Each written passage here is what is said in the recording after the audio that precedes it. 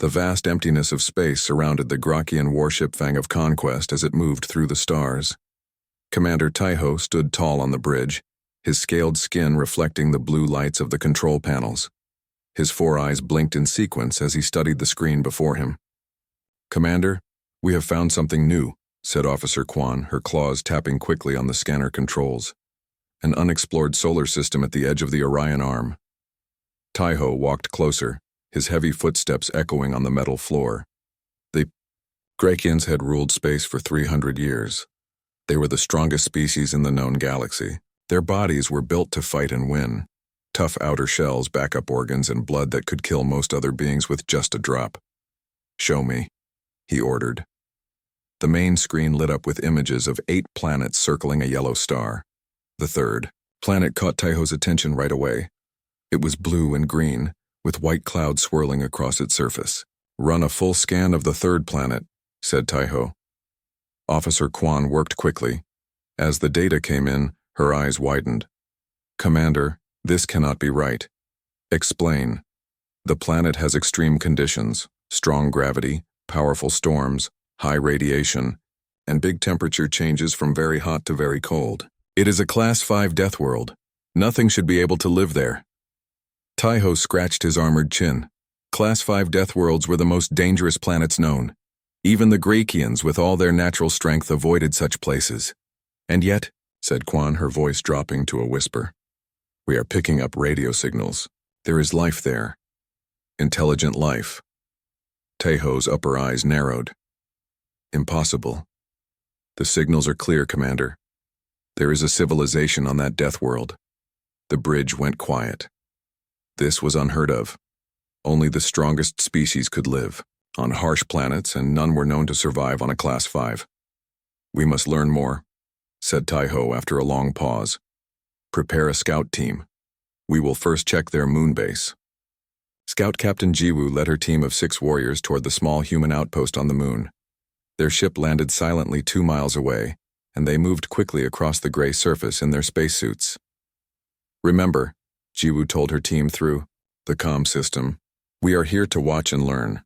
Do not engage unless I give the order." The outpost was a series of white domes connected by tubes. Lights glowed from within, showing movement inside. Jiwoo used her scanner to count the life forms.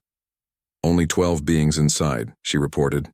"Small energy weapons detected, but nothing that could harm our armor." Jiwoo had been a scout for 20 years.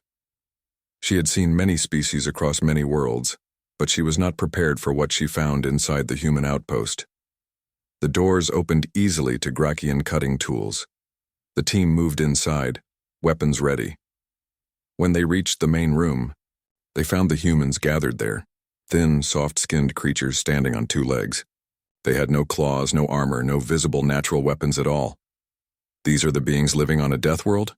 whispered team member Dury. "They look weak." One of the humans stepped forward. He was shorter than the Grecians by at least 2 feet, with dark hair and eyes.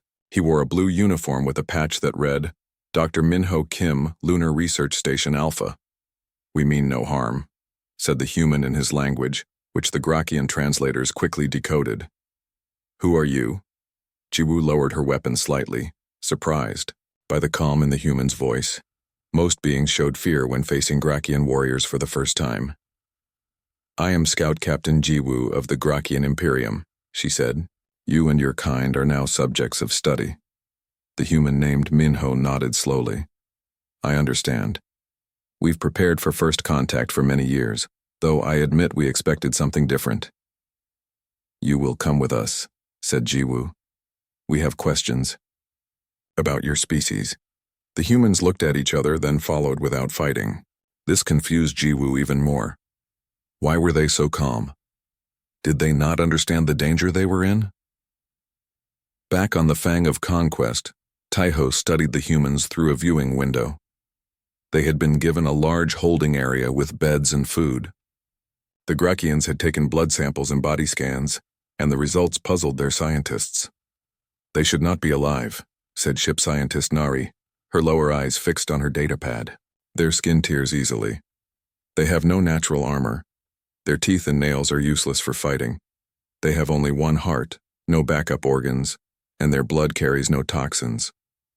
Taiho crossed his arms. And yet they live on a world that would kill most species. How?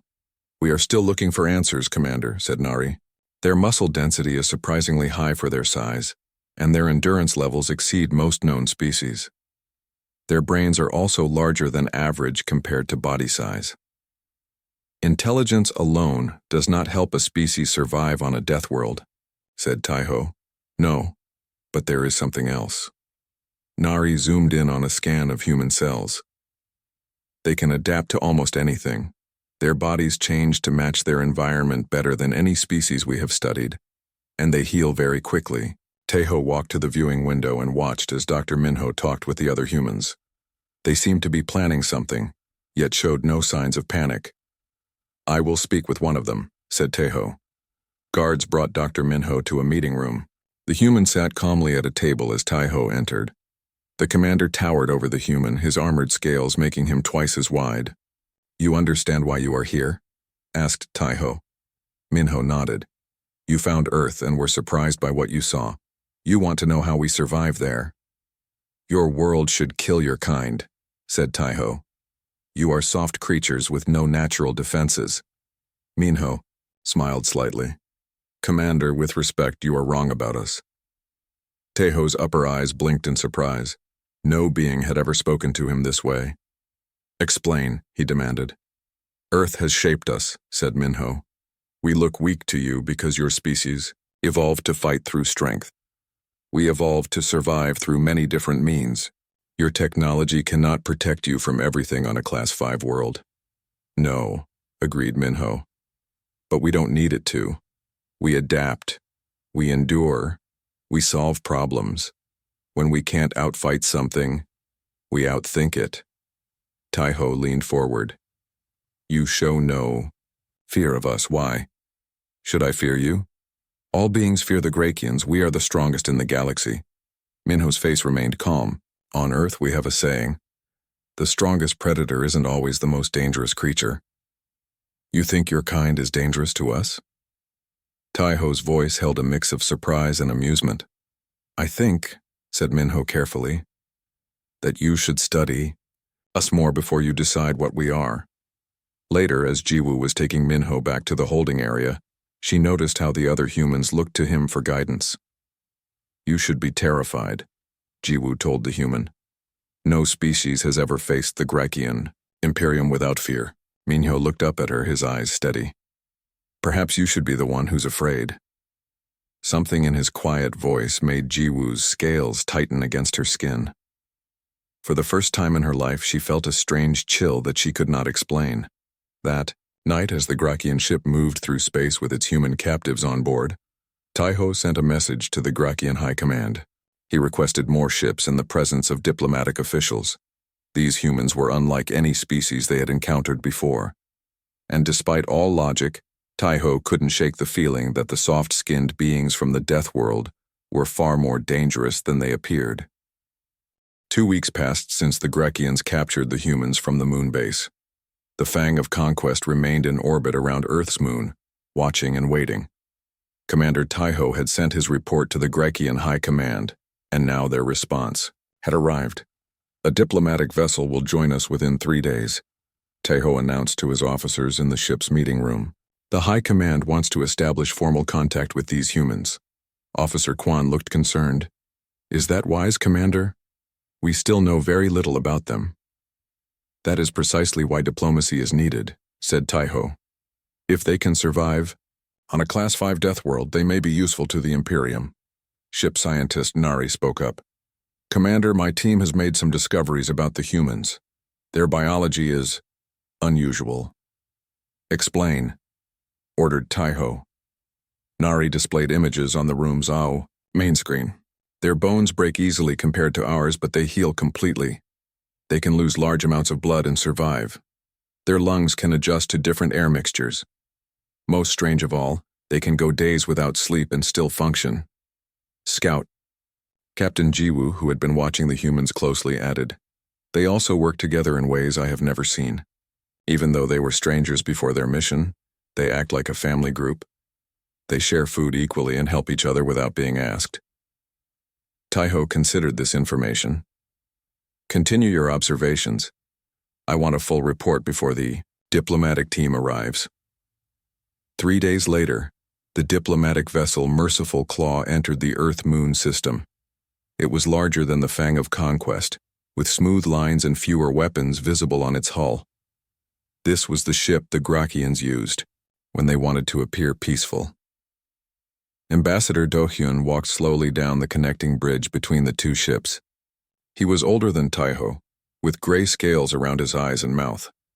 Behind him came biologist Sunwoo, a younger female Grakian known for her brilliant mind. Taeho bowed to the ambassador. "Welcome aboard, honored one." "Thank you, Commander," said Do-hyun. "I have read your reports with great interest. These humans present a unique situation." "They are waiting to meet you," said Taeho. "We have prepared suitable quarters for them on your ship." Do-hyun nodded. "Good. And what of the rest of their kind on the planet below?" "They do not yet know we have taken their people. Their technology is not advanced enough to detect our ships through our cloaking systems." "Excellent," said Do-hyun. "Let us proceed, carefully. The High Command wants these humans added to the Imperium with minimal conflict. On Earth, in the United Earth Defense Headquarters beneath the city of Seoul, alarms began to sound. General Ji-hye Park stared at the large screen showing 2 massive objects in orbit around the moon. "How long have they been there?" she demanded. "We're not sure, General," said a young officer. "Our new quantum sensors just came online. Regular systems couldn't detect them." Ji-hye's face became stern. She had spent her life preparing Earth's defenses, always believing that humanity would someday meet alien life. Now that day had come. "Send a message to all defense stations," she ordered. "Alert level Delta, and prepare my ship. I will meet these visitors myself." Ambassador Do-hyun sat across from Dr. Minho in the meeting room aboard the Merciful Claw. The room was designed to impress. Large windows showing the stars, rich materials on the walls, and comfortable seating for many different body types.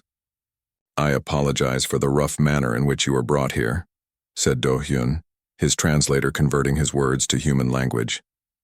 "The Grakian Imperium wishes to establish peaceful relations with Earth." Minho's face showed no emotion. "Peace usually doesn't begin with kidnapping." "A regrettable misunderstanding," said Do-hyun smoothly. "We merely sought to learn about your kind before making formal contact. Your species is quite unexpected." "How so?" asked Minho. "You live on a world that, by all galactic standards, should be uninhabitable.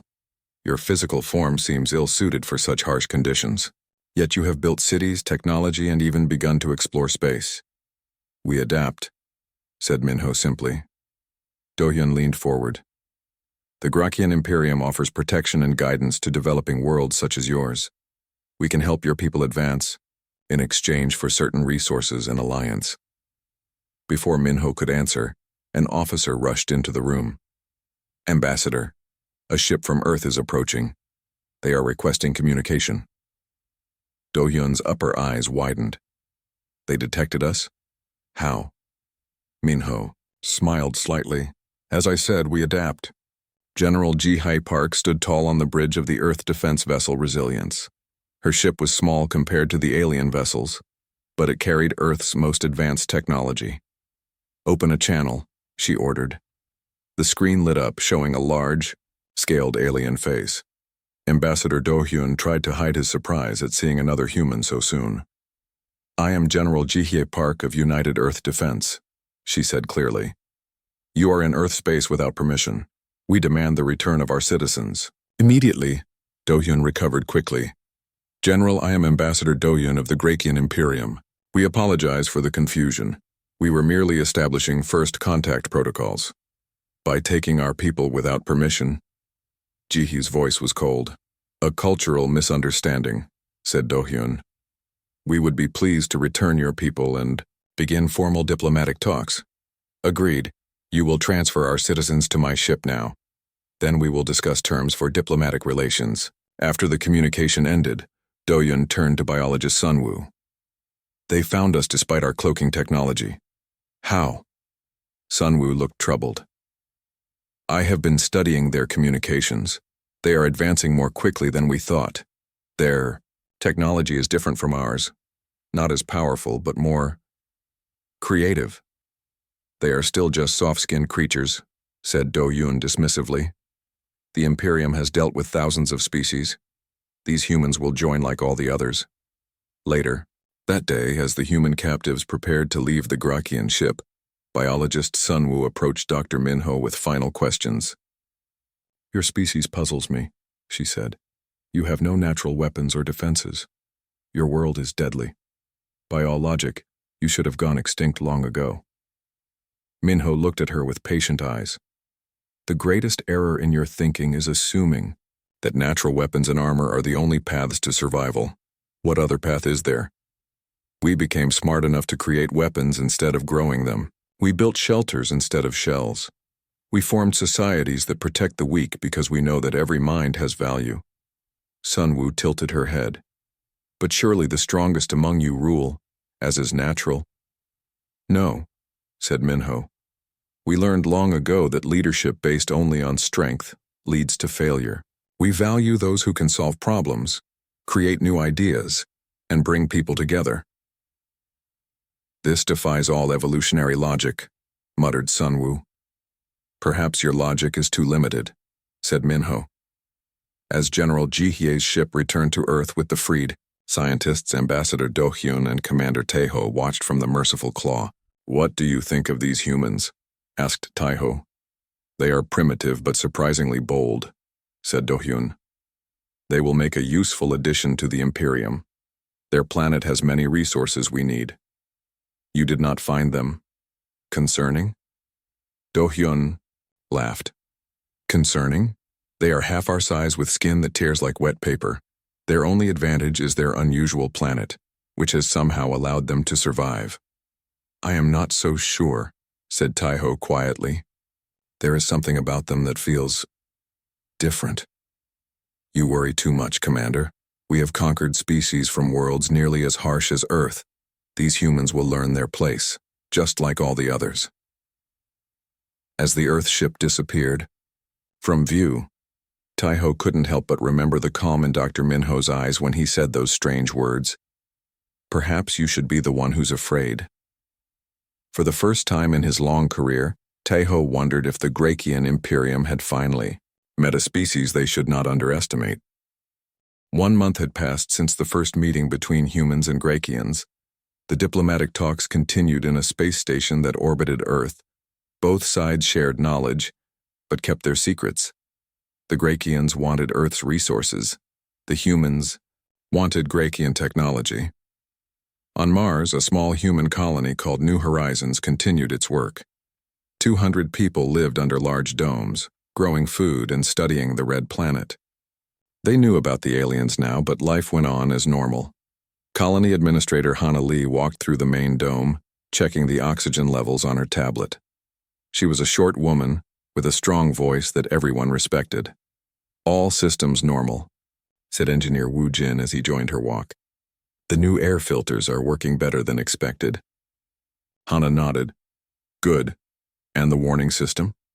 Also working, said Woo Jin. If anything larger than a dust particle comes near the colony, we'll know about it. Neither of them knew that they were being watched. Aboard the Grakian warship Silent, Hunter, Captain Donghae looked at the human colony through his viewing screen. He had come to the Mars system against orders. He belonged to a group within the Grakian military who believed that all Deathworld species were dangerous and should be destroyed before they could spread. The humans are an infection, he told his crew. The ambassador is a fool to negotiate with them. Look how they spread to this planet already. Next, they will be everywhere. His second-in-command, Officer Jinky, seemed unsure. Captain, we were ordered to observe only. The High Command wants peace with the humans. Peace with prey is never real peace, said Donghae. We strike now, while they are weak and few. Back on Earth, Ambassador Do-Hyun and General Jihye were discussing trade agreements when an aide rushed into the room. "General," the young man said, his face pale. "We've lost contact with the Mars colony." Jihye stood up immediately. "How long?" 10 minutes ago. All communications stopped at once. Do-Yun's scale shifted in confusion. "Could it be a technical problem?" "No," said Jihye firmly. "The colony has 3 separate communication systems. They would not all fail at once." She turned to Do-Hyun, her eyes hard. "Is this your doing?" "Absolutely not," said Do-Hyun. "The Imperium honors its diplomatic talks. We have no ships near Mars." But even as he spoke, a message appeared on his personal device. He read it, and his upper eyes widened. "It seems," he said slowly, "that a rogue Grakian captain may have acted without permission." On Mars, smoke filled the main dome of New Horizons. 3 Grakian ships had appeared without warning and started firing at the colony's power systems. When the shields fell, Grakian soldiers broke through the airlocks and entered the domes. Hana Lee ran through the emergency tunnels that connected the domes. Blood dripped from a cut on her forehead, but she ignored it. Behind her, 20 colonists followed. "Get everyone to the shelter," she ordered Security Chief Jae-hyun Kim.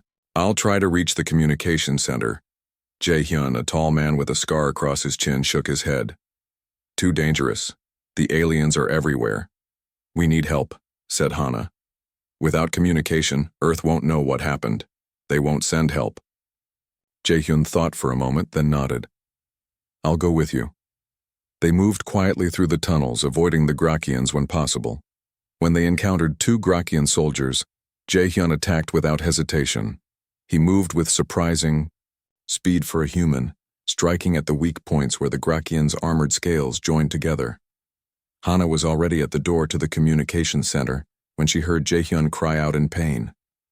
She turned to see a Grakian warrior standing over him, a blade dripping with human blood. "Run!"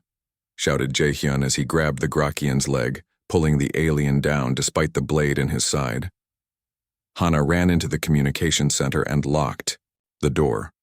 Working quickly, she activated the emergency beacon and sent a short message. "Under attack, Grakians, send help." Outside the door, she could hear fighting. When the sound stopped, she held her breath. The door shook as something heavy hit it once, twice, 3 times. On the 4th hit, the door broke open. Hana raised a weapon, ready to fight, but it was Jae-hyun who stumbled in. His shirt was soaked with blood and a strange blue liquid covered his hands. "We need to move," he said, his voice weak. "More are coming." "You're hurt badly," said Hana, moving to help him. "Doesn't matter," he said. "The others need us." On the Silent Hunter, Captain Donghae was angry. The attack was taking too long. "The humans should have surrendered immediately," he growled. "They have no weapons that can hurt us. Their colony has no defenses."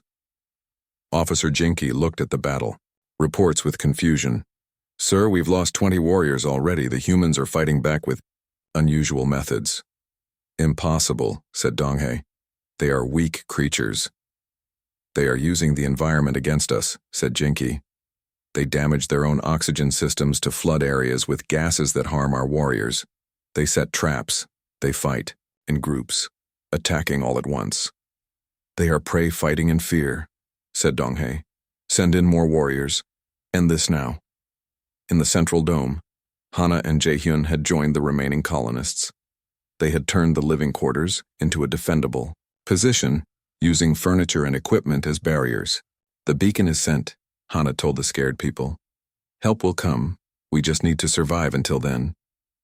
A young scientist asked, "Why are they attacking us? We did nothing to them." "Some people fear what they don't understand," said Hana, "and some fear what might become stronger than them." Jae-hyun sat against a wall, pressing a cloth to his wound. A colonist with medical training was trying to help him. "The blade had some kind of poison," said the medic quietly to Hana. "It should have killed him already. I don't understand how he's still conscious." Jae-hyun looked up, his face pale but determined. "My grandfather survived 3 days in the Australian outback with a snake bite and a broken leg. He walked 30 miles for help. This is nothing." A loud bang shook the building. The Grakians were breaking through the final door. "Everyone to the back," ordered Hana.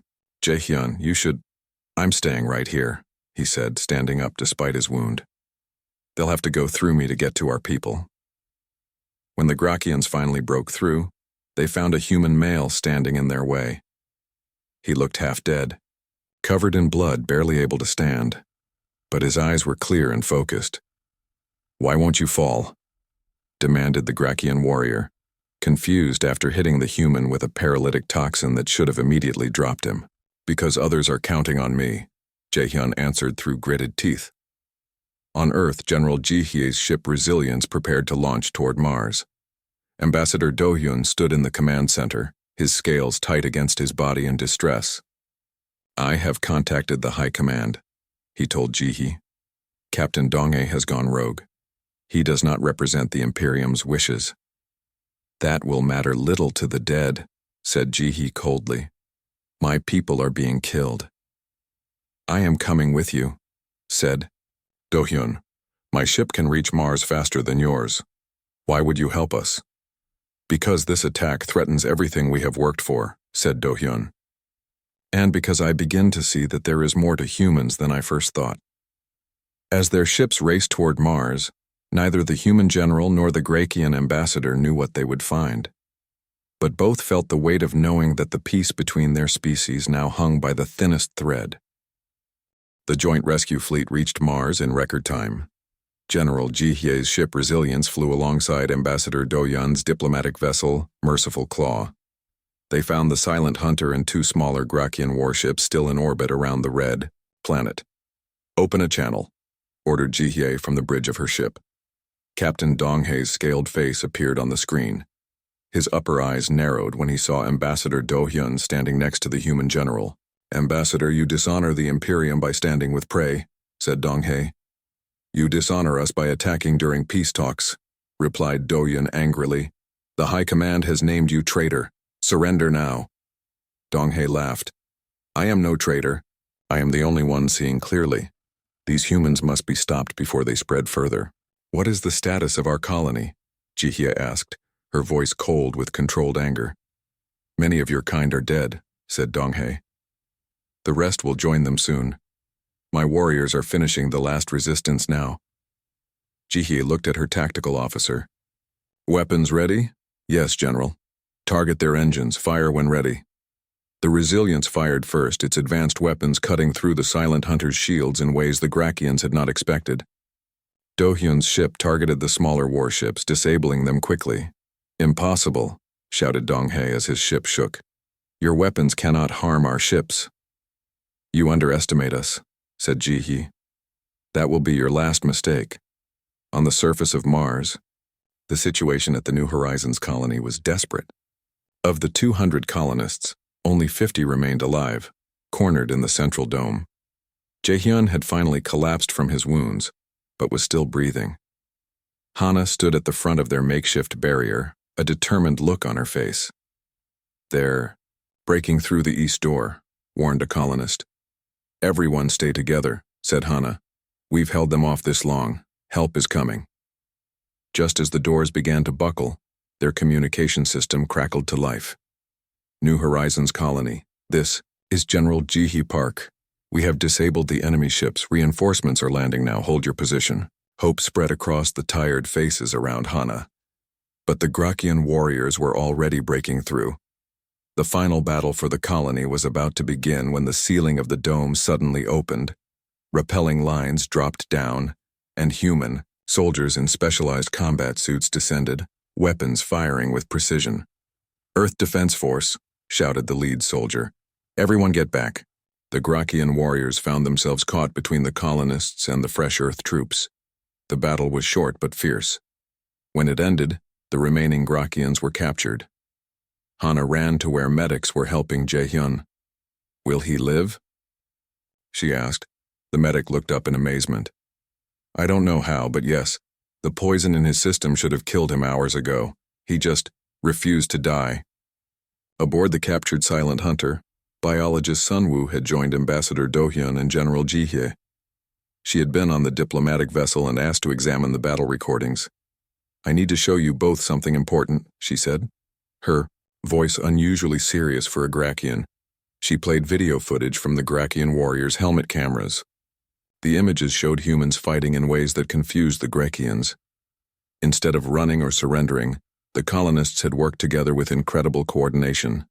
They used the Mars environment against the invaders, changed tactics quickly, and kept fighting despite terrible injuries.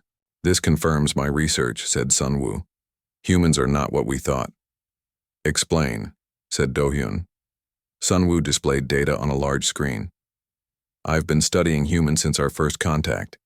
At first, I was trying to understand how such physically weak creatures could survive on a Class 5 death world. But I was asking the wrong question.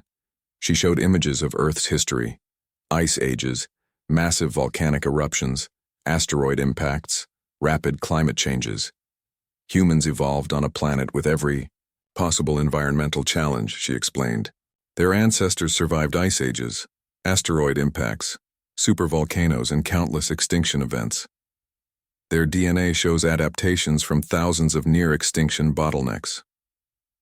What does this mean? Asked Ji-hye. It means, said Sunwoo, that humans are the ultimate survivors. While most species evolved to dominate their environment through physical strength, humans evolved to adapt to constant change. She displayed a comparison of Grakian and human brain scans. Here is the most important difference. Human brains show plasticity far beyond any known species. They can learn and adapt at rates that seem impossible. While we Grakians evolved as apex predators through physical dominance, humans evolved by outsmarting predators that were faster and stronger. Do-hyun stared at the data, his worldview shifting. Are you saying humans are more dangerous than Grakians? I'm saying they are dangerous in different ways, said Sunwoo. We fight like predators directly with overwhelming force. Humans fight like prey that decided to hunt back. They use the environment. They cooperate in ways we can't match, and they never stop adapting. On Earth, Defense Coordinator Junho Kim received the reports from Mars. Sitting in his underground office in Seoul, he studied the battle data carefully. The Grakian attack was concerning but also revealing. Now they knew how Grakians fought and the weaknesses in their technology. An aide entered his office. Sir, the president is asking about our response options. Junho looked up from his screens. Tell her I'll have a complete plan within the hour, and contact all defense stations worldwide. It's time to activate Protocol Omega. Sir? The aide looked surprised. Protocol Omega is our most extreme defense measure. Do you think that's necessary? I hope not, said Junho. But we now know there are Grakians who see us as a threat to be eliminated. We must be ready. After the aide left, Junho opened his desk drawer and removed an old book, Sun Tzu's The Art of War. His grandfather had given it to him when he joined the military. He opened to a marked page and read the familiar words. If you know the enemy and know yourself, you need not fear the result of 100 battles. Humans had been fighting and surviving for their entire history. They did not fight like predators who expected easy victories. They fought like creatures who had faced extinction many times and refused to accept defeat. Humans don't fight like predators, Junho said to himself as he began working on Earth's defense plans. We fight like prey that decided to hunt back. Ambassador Do-hyun stood by the window of the Merciful Claw, looking down at the red surface of Mars. Captain Dong-hae was in custody, awaiting transport back to the Grakian homeworld for trial. The Mars colony was being rebuilt, with both human and Grakian engineers working together. Ambassador, said a voice behind him. He turned to see General Ji-hye entering the room. General, he acknowledged. How are your people? Recovering, she said.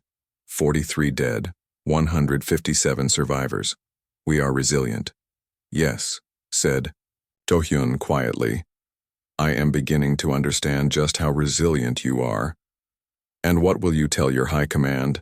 Asked Ji-hye. Do-hyun's eyes met hers.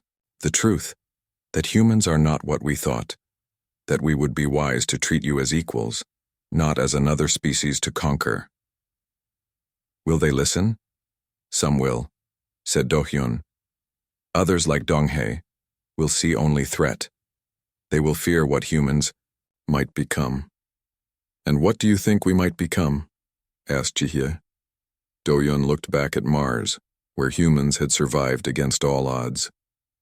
That, he said, is what both our species must now determine. 3 months after the Mars incident, tension filled the galaxy. The Grakian High Command was divided. Some, like Ambassador Do-yun, wanted peace with humans. Others believed humans were too dangerous to let them expand into space. In the Grand Meeting Hall on the Grakian homeworld, Supreme Commander Kyung-ho addressed the gathered leaders. His scales had darkened with age, showing his high status. "We have studied the humans carefully," said Kyung-ho. "Biologist Sun Woo's reports are disturbing. These creatures adapt too quickly. They learn our weaknesses faster than any species we have encountered." A military leader named Namsu stood up. "Then we must strike now, while they are confined to their system. We cannot allow them to spread." Ambassador Do-yun rose next. "That would be a grave mistake. The humans seek peace. They have shared technology and knowledge freely. Because they are clever," argued Namsu. "They lure us into complacency while they prepare." Kyung-ho listened to both sides, then made his decision. "We cannot risk the future of the Imperium. Prepare the fleet. We will contain the human threat before it grows." On Earth, in the United Earth Defense Headquarters, Defense Coordinator Yunho received an urgent message from a spy satellite near the edge of the solar system. "Sir," reported his aide, "a large fleet of Grakian warships has entered the system, at least 30 vessels heavily armed." Junho's face remained calm. "They have made their choice then. Activate the defense grid and contact Admiral Yunha. Tell her it's time." All around Earth, hidden defenses came to life.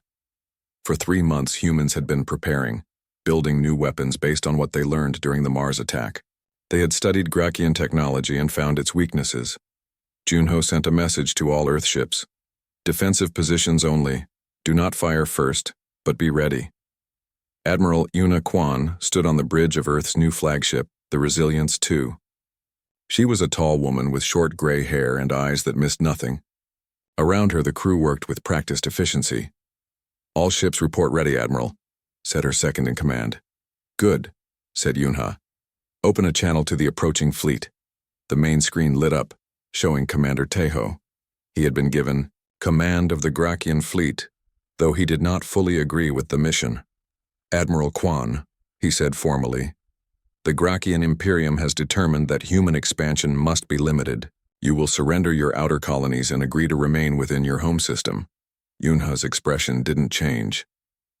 "Commander Taeho, we wish no conflict with the Grakian people, but we will not surrender any of our settlements or limit our growth." "Then you leave us no choice," said Taeho. "There is always a choice," said Yunha. "We don't want war, but we've been preparing for it since we first learned to make fire." She ended the transmission and turned to her crew. "Battle stations. Remember your training. We may be outnumbered, but not outmatched." The Grakian fleet approached Earth with overwhelming force. Taeho's flagship, the Supreme Fang, led the formation. He watched the human ships with growing concern. They were smaller than Grakian vessels but moved with unusual precision. "They are taking defensive positions only," reported his tactical officer. "No aggressive movements." "They hope to avoid conflict," said Taeho. "Prepare main weapons." Before he could give the order to fire, his communication officer called out, "Sir, we're detecting strange energy readings from Earth and their ships." Suddenly, the Grakian fleet's communication systems filled with human voices, speaking on all frequencies. At once, their targeting systems showed errors. Their engines flickered. "What is happening?" demanded Taeho. His technology officer worked frantically at his station. "They've infected our system somehow. They found weaknesses in our network and exploited them." "Impossible. Our technology is far superior to theirs." "Sir," said the officer, "they didn't build better technology. They built different technology. Our systems can't recognize their methods." On the Resilience II, Admiral Yunha watched as the first phase of Earth's defense activated. For months, human hackers had studied the captured Grockian ships and found ways into their systems. Cyber measures working at 90% effectiveness, reported her tactical officer. Their weapon systems are partially disabled, communications disrupted. Begin Phase 2, ordered Yunha. Around the Earth, hundreds of small ships launched. They were too tiny for Grockian sensors to track effectively. Each carried a special device designed to attach to Grockian ships and disrupt their shield frequencies. The swarm is away, said her second-in-command. Impact in 3 minutes. Yuna nodded. And the quantum network? Online and undetected. They still don't know how we're communicating. The humans had developed a new communication system using quantum entanglement. The Grockians couldn't intercept or jam it because it didn't use conventional signals. Commander Taiho watched in growing alarm as his mighty fleet became surrounded by tiny human ships. The small vessels attached themselves to his warships and suddenly shields began failing across the fleet. This cannot be happening, he said, mostly to himself. They were primitive just months ago. His tactical officer looked up from his station, fear in his eyes. Sir, they did not just copy our technology. They studied it, found its flaws, and built counters specifically designed against us. On his main screen, Taiho could see human ships moving into attack position. They weren't attacking yet, but they were ready. And now, with Grockian communications disrupted and shields failing, the humans had the advantage. A message came through, on his personal channel. It was from biologist Sunwoo, who had remained on Earth as a scientific liaison. Commander, she said urgently, you must cease this attack. You don't understand what you're facing. Explain, said Taiho. I've continued my research on humans. Their greatest strength isn't their technology or even their resilience. It's their capacity for both ruthlessness and mercy. They can destroy us completely or they can forgive. Predators do not show mercy to prey, said Taiho. That's exactly my point, said Sunwoo. Humans don't think like predators. They think like survivors. They'll fight with everything they have, but they'll also stop if given the chance for peace. No predator understands forgiveness. It's uniquely a trait of their strange evolution. Admiral Unha received a message from Defense. Coordinator Junho. The Grockian flagship is trying to contact us on a private channel. Their weapons are powering down. Put them through, said Yunha. Commander Taiho's face appeared on her screen. His usual confidence was gone. Admiral, he said, I request a ceasefire and the opportunity to discuss terms. You came to our home with weapons ready, said Yunha, calmly. Why should we trust you now? Because I now understand what biologist Sunwoo tried to tell us, said Taiho. We misjudged your kind. We saw physical weakness and assumed total weakness. That was a grave error. Yuna considered his words. Power down all your weapon systems and withdraw to the edge of our system. We will meet you there for talks. Week later, representatives from Earth and the Grockian Imperium signed a historic treaty. Humans would be recognized as equals, not subjects. Both species would share technology and knowledge. The treaty was the first of its kind in Grockian history. They had never before acknowledged another species as their equals. After the ceremony, Ambassador Do-hyun approached Representative Ji-hye, who had been promoted after her actions during the Mars incident. There is still something I don't understand, said Do-hyun. How did creatures so physically fragile become so formidable? Ji-hye smiled. On Earth, being the apex predator wasn't enough to survive. We had to become something more. We had to become human. Do-hyun considered her words. And what does that mean for the future of our peoples? That's up to us, said Ji-hye. We can be allies or enemies. We can learn from each other or fight each other. The choice is ours. As news of the treaty spread across the galaxy, other species watched with interest and some fear. The Grockians, once the undisputed rulers of known space, now shared power with the strange creatures from a death world, and humans, for their part, looked to the stars with new understanding. They were not the strongest, not the fastest, not the most naturally armed, but they were survivors. They were adaptable. And, Now they were ready to show the galaxy what that truly meant. Andy.